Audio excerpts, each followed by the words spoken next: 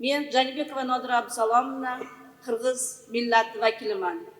O'zbekiston ko'p millatli, bag'ri keng va qadimiy sivilizatsiyalar chorrahasida joylashgan mamlakat sifatida turli millat va ellat vakillari yashab kelayotgan hudud hisoblanadi.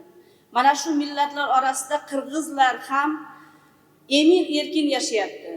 Qirg'izlarning butun xalq og'zaki ijodi deysizmi, kuy qo'shiqlari deysizmi, urf-odatlari deysizmi, hamma saqlanib kelyapti. Ko'p millatli xalqimizning mamlakatimiz farovonligi va kelajagiga daxldorligini kuchaytirish, xorijdagi vatandoshlar bilan aloqalarni rivojlantirish maqsadida qator farmoyishlar, qarorlar qabul qilingan va xususan mana joriy yil 19-mart kuni umummilliy totuvlik va xorijdagi vatandoshlar bilan aloqalarni mustahkamlashni yangi bosqichga olib chiqishga oid chora-tadbirlar to'g'risidagi prezident farmoni bilan sohani tubdan isloh qilish belgilandi.